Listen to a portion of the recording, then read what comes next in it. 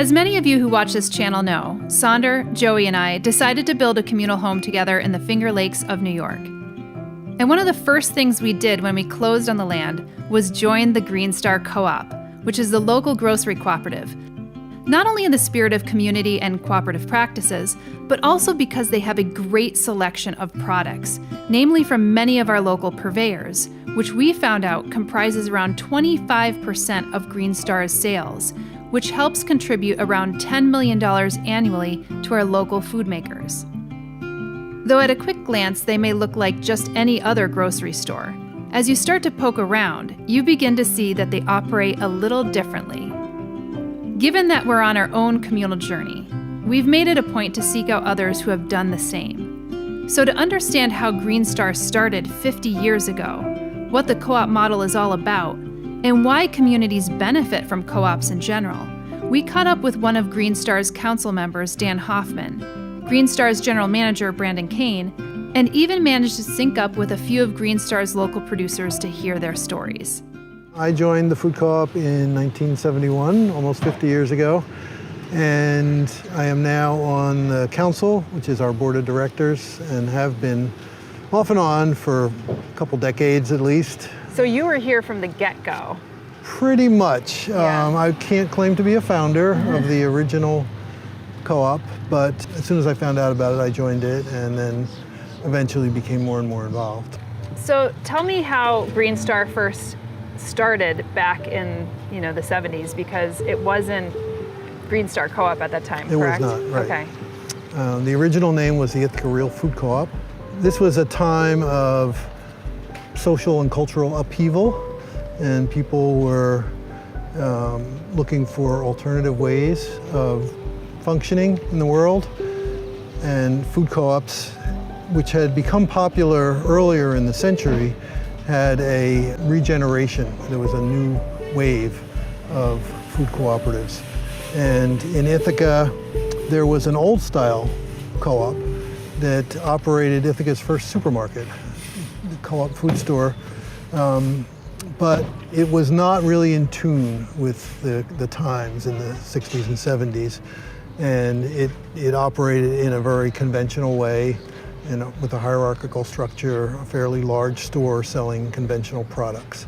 And the people who were involved in the anti-war movement and women's liberation and related efforts wanted something that reflected their values and their concerns. So they created what we call a pre-order system. It had no storefront, it had no real overhead, it had no paid employees. The concept was that we could do it ourselves, and we could do it just as well or even better. We could get what we needed if we all pitched in. So the concept was that if you wanted to be involved, you had to do part of the work, and it was a very decentralized system. It did not have a hierarchy, it did not have a staff, and it was a weekly pre-order. So you got a list of what was available, mostly fresh produce, some grains and beans, and then the food was delivered a couple days later, a few days later. We picked it up, we divided it up. There were neighborhood regions made up of several households each, and it worked, not always perfectly. Yeah. So there was magic in it, and there was frustration. Brandon Kane, who has served as Green Star's general manager since 2004, met up with us before hours to take us through how the cooperative works and some of its challenges over the years, including what happened during the pandemic. For people who are completely new to the co-op model, what is a cooperative? Dryly defined, but that's a good place to start, is that it's like an association of people designed to serve a need, right, or to meet a need. And it's usually an economic or a social, cultural need, something like that. In Green Star's case, we were formed in 1971. under a different name at that time as a buying club, but basically it was a way to access fresh and affordable natural foods, or foods that just were not available in the area at that time. So, Right, so they'd buy them in bulk or whatever, and they say, hey, we have all this Yeah. grain or seed or however it might be. Right, so the Yeah. collective members of that association, so that association of people that is designed to meet a need, it's basically through a membership organization, essentially, right? And there's some fundamental principles there, like one membership, one vote, and it's democratic principles are guided by cooperatives, right? So essentially, there's other things I can talk about too, about how it differs fundamentally from like business as usual in America, right? But I think another key aspect is that the members do retain some control and autonomy over that business as opposed to a private business. Right, you almost become like a shareholder. You do, in it, as a matter of right? fact. Yeah, Like yeah. in the eyes of the law, you really are, right? So Yeah. Green Star has about like 13,000 members. I think about 12,000 are active on an annual basis right now.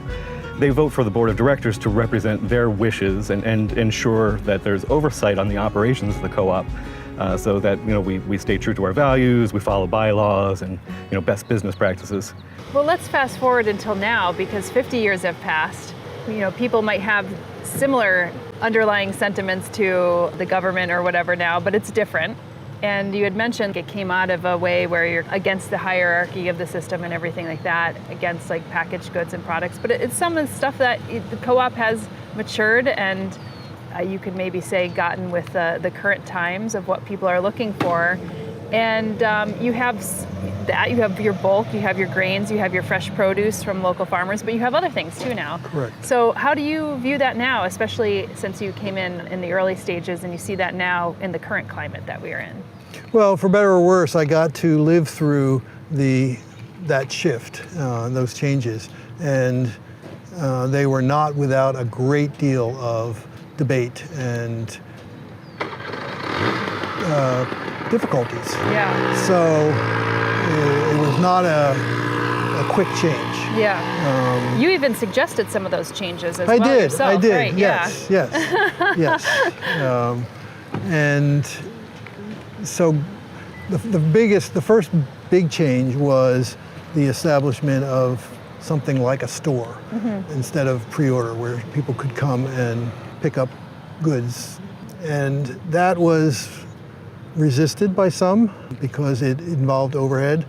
We had to buy equipment, and then there was a plea for some paid staff because somebody had to be in the store on the hours that it was open.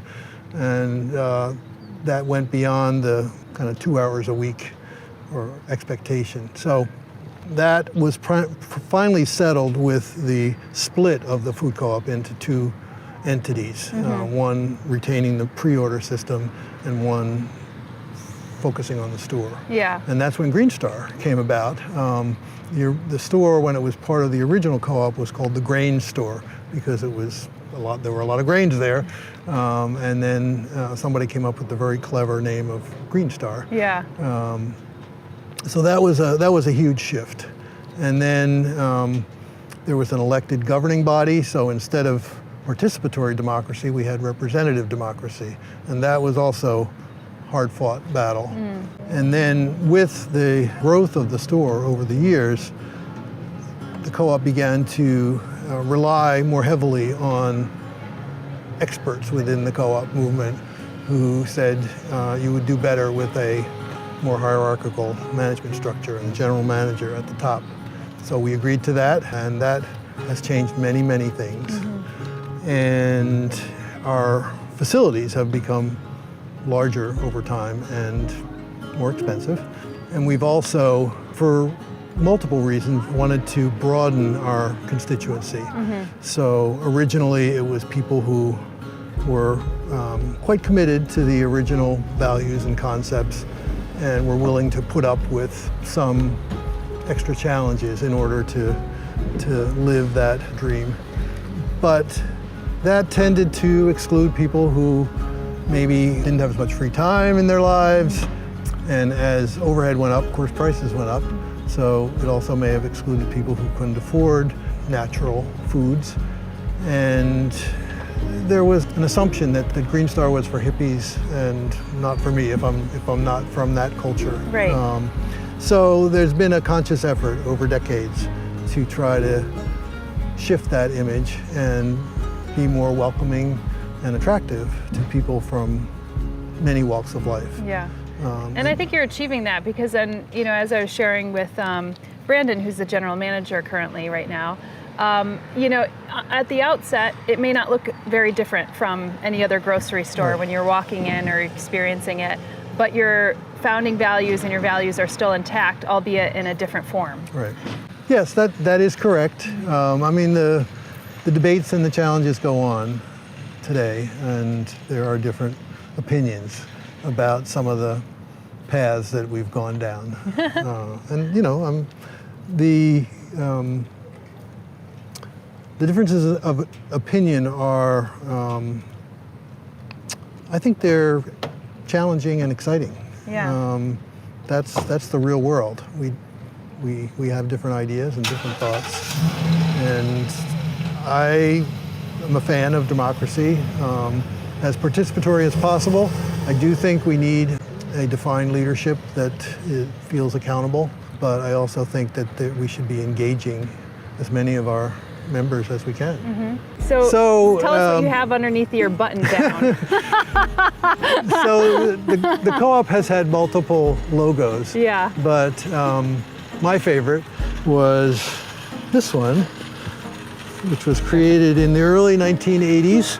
It's the Tree of Life, which is in the public domain, so we didn't have to copyright it. Yeah. We embellished it a little bit with our own features, like the star. It's been replaced by the red tomato, but I still recall it, and it's meaningful to me. That's amazing. I love it. I love it, and I love that you're here for all the different seasons of the Green Star Co-op. Yeah. Thank you.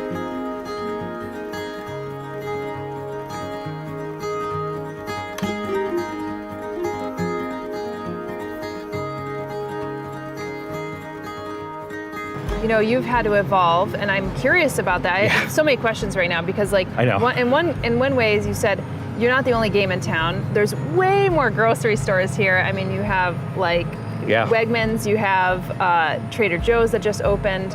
How have you had to evolve, and does the community even view you as different anymore? One of the things that on a national level, cooperatives banded together, right? So there's these principles of cooperation, and one of them is cooperation among cooperatives. Mm-hmm. So we actually band together as a cooperative business association and created a services co-op so we could no longer have to operate autonomously as business units and have almost zero negotiating power with distributors and services, so right? So have we became a virtual cooperative chain. We would have never been able to have been competitive, and I would guess that, including Green Star, the majority of cooperatives would have gone out of business by now, just because the sheer scale that we were able to lower our prices and thus become somewhat competitive at that time. Yeah. We have some discount programs for food access, which is really at the heart of why a lot of people volunteered, was to get a discount. Mm-hmm. And so we created a very robust food access program, low-income discount flour program. The flour program, right? Yeah. And an extensive everyday low price program, Basics. If you look throughout the store, there's 1,000 products. We try to hit every category and have a low price option in every category. Yeah. And that really, that's one of the many things that we've done to focus on food access as an alternative to that program. So we had to shut our member labor program down as one of the many components that we had to basically close down due to the pandemic. And we're not sure when we're going to bring that back yet. As the economy slowly opens up and gets on track, the same thing with our business. It's we're sort of putting ourselves back together and we're adding things back in as we can take it. We're still operating on a skeleton crew at this point. So you kept on seeing the writing on the wall. I mean, and I didn't even say this, but you guys, this is your 50th year anniversary coming up. Yeah. So you've had to really evolve and see the writing on the wall and evolve again, and just be able to adapt to it. But one of the other things that I think that makes you different, and that I think is well articulated in your materials, is that you have give back programs back into the community, and I think there is naturally a feel good feeling in knowing that you have something that is uniquely different in your neighborhood as a co-op, and that you do have a say in it, and that is absolutely a unique business model. Oh yeah, and I think it's the way to go for the future. I think and I also think it's truly revolutionary and necessary. And you hit on a lot of good points that I want to stress too. So not only we had to adapt, we had to make our parking easier to get to, we had to expand our product line, but we had to get to a certain size to reach an economy of scale where we could basically target lower all of our prices to be competitive and go for like that volume of sales as opposed to sort of a higher margin item by item sale. And that's really, unfortunately, that whole plan, I'm positive it would have worked, but we were already locked into moving right in April and May of last year, so the timing couldn't have been worse. And we struggled severely and we're recovering slowly and doing well now. Yeah, and how did that work? Like, did you reach out to the community and say, "Hey, we're really struggling"? Like, what was the response so many during things COVID there. time? Yeah. Well, I should say maybe a little bit about what makes us different first, Yeah. because I think that's at the heart of what really led to people participating and supporting us more, and when we called for it as well. Should we walk a little bit more? Yeah, let's do it. Yeah. Be nice. So our bulk section, I mean, this is one of our differentiators, right? Is that Love the bulk yes, section. and it's a favorite of many folks. But I always love when I come on Thursday and I forget that you get the bulk discount. yes, as a member, right? One of the other benefits of membership, not only do you have a vote choosing the board of directors and sort of choose the direction the business goes in, but you get discounts, and we're actually set up 2 years ago to issue a patronage refund to our members. So when we get profitable and we have excess profits, we'll be able to distribute those back. Like if you're familiar with REI, they're a prominent co-op. Yeah. So that is, I think it's at the heart of a fundamental difference between us and conventional businesses. We aren't driven to maximize profits to enrich a few owners or a few shareholders, right? Mm-hmm. We have to be profitable enough to cover our overhead expenses and invest in the future. But after that, essentially, basically we can use those resources to give back to the community, to lower our prices, and to pay an exceedingly good wage for the grocery industry, right? So we're a living wage employer. We employ over 200 people in the community. So those components and articulating that on a regular basis to the community, I think, has led to that consistent dedication we have from our members. And when we made the call for, hey, we're losing cash and we're struggling here, they really came back. That was around fall and the holidays of last year, and just started really buying at Green Star and raised our sales to get us over a hump. We're still struggling and we're still on the recovery trajectory. It's steady, but it's slow. But we get more customers and more members every week. My goodness, you have to be so nimble. And it's razor thin margin. And we're always and on a grocery knife stores edge. in general. Mm-hmm. So and then you have all this other stuff that's on top. You have the 7 principles I'm looking at over there, which are we have lofty goals. Yeah, you have lofty goals. You think things that you really want to follow. But I still think that it's one of those models that probably a lot of people are like, why don't we have this in our neighborhood? And have you had the experience of people coming to you and saying, I like this, I'm really influenced by this, how do I start? Often, right? And I'm definitely a bit of a cooperative evangelist, because I that model, it's not even just, I think it would work in lots of lots of scenarios and lots of markets. I know it does, right? There's the Mondragon cooperative in Spain. That's a massive, I think, $10 billion multi-industry cooperative. There's the cooperative in the UK, which encompasses cooperative stores, healthcare, childcare, credit unions, et cetera. So, I think, that I know that could be modeled here, and it's really to the benefit of every community that they're in, essentially, for a whole variety of reasons, right? We employ folks at a living wage, which essentially means much more a local economy stays within and doesn't go get shipped out, right? You support a lot of local farmers. 35% of our sales go to local and regional farmers. So that's a 300-mile radius from Ithaca, which then speaks to, and one of the things we can tout for our efforts towards sustainability as well, right? Keeping things local, reduce transportation costs, supports the local economy. So between wages and our purchases to local vendors, local businesses, I think last year it would total just a hair over 10 million between wages and purchases from a relatively small business. It's awesome. Green Star gives a viable place for local farmers, food makers, and craftspeople to sell their products year-round. What are you delivering today? I'm delivering naturally fermented sauerkraut and beet kvass. Is it made right here? We're right in Cortland. We're just about 30 minutes away. And then is Green Star kind of one of your main places? It is. Sell here? Yep. Green Star was one of our very first accounts. They've been supporters from the beginning. When did you get started? We've been doing this for about 8 years. Okay. And we actually even make deodorant on the side, and they sell that too. So you're in the beauty aisle, and then you're in the fermented food aisle. Exactly. Fantastic. Yeah. And then, are you one of the founders, or you've been working with them? Yeah, I am. My partner Dave and I have been doing this for about 8 years, and we work with a lot of local farmers like Plowbreak and Main Street Farms in Cortland. And right now we're in the midst of pickle season. But yeah, we love working with the local farmers, and we love having a place like Green Star to support us and help sell the final product. This is our most local specialty. It uses wild ramps and dandelions from our farm. Oh, wow. And you know, back in the day in this area, there were a lot of fermentation. There were a lot of kraut factories. Yeah. And they've all since gone. So it's exciting to have, you know, to be bringing that back to this area. Yeah, and also you're doing something really unique, like a ramps and dandelion is not what you typically see. Yeah. You know, you would see your cabbage, Right. you know, or maybe your carrots and things like that. And you Yeah. probably do some of that, but you know, this is definitely more unique. It really puts that local spin on it. Yeah. Yeah, we like doing that.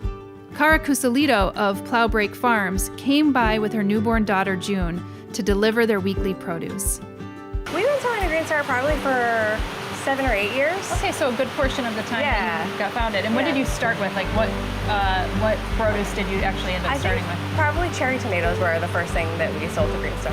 Okay. Yeah. And you, obviously, we just saw this Yeah, we've delivery. You've expanded expanded to- quite a bit. yeah. How much, you know, do you sell to Green Star comparatively versus to other places around here? Green Star is one of our bigger accounts. Yeah. But we also work with a couple of distributors and then individual restaurants as well. Oh. I like working with Green Star because it's my co-op. I love the co-op. We have a good relationship with Green Star where, like, if we have a surplus of a crop, we can call up Andrew or Steven, who are the produce buyers, and say, like, hey, do you guys want to do a deal on, like, tomatoes this week? It's the height of tomato season. Yeah. And we can also contract with them so we can plan ahead. If they know that they can buy, like, 30 cases of cucumbers every week through the summer, then we can plan for that and plant it. So it's a good relationship to have, like, with a large buyer like Green Star, because we both kind of benefit. Generally, there's more business, and you know, our problem is if we don't have enough crops to sell, because we have such a strong local market in this area and such strong local foods interest. So that's a great problem to have. And I know a lot of the other farms in the area sort of have that same problem. A grocery store like Green Star has helped us professionalize the farm, and it just sort of opens up like a whole extra market of where we can sell our produce, which is really beneficial to us. And Right, because you didn't set up as retail, like you're not doing the farmers market. Right, we don't do farmers markets. We do a CSA. We feed about 75 families with the CSA, but we're mostly wholesale. And it's, you know, like, we don't sell to Wegmans or other grocery stores. We sell to Green Star, and Green Star is really, like, set up to work with local buyers, and that helps us a lot. You know, Green Star's mission is to support local businesses, and it shows, you know, like, they definitely support us and many other farms too. We're not the only farms that come here with a truckload of vegetables a few times a week. So, What else, June? Even Samantha Abrams, the co-founder of the national snack brand Emmy's Organics, which was also recently acquired, got its start at Green Star Co-op. So when you first started out of your home kitchen, did you just like sell to friends and family, or how did it work? We did in the very beginning. I remember we had a little Etsy page, and then we really knew right away that we wanted to try to put our product into stores. And so that's when we started approaching local stores like Green Star. Okay, so did you get started with Green Star? So they were one of our very first accounts, and I remember I was so nervous going because we hadn't, you know, sold into stores before. And so I brought a price sheet, and I remember the buyer there at the time, he's actually allergic to coconut.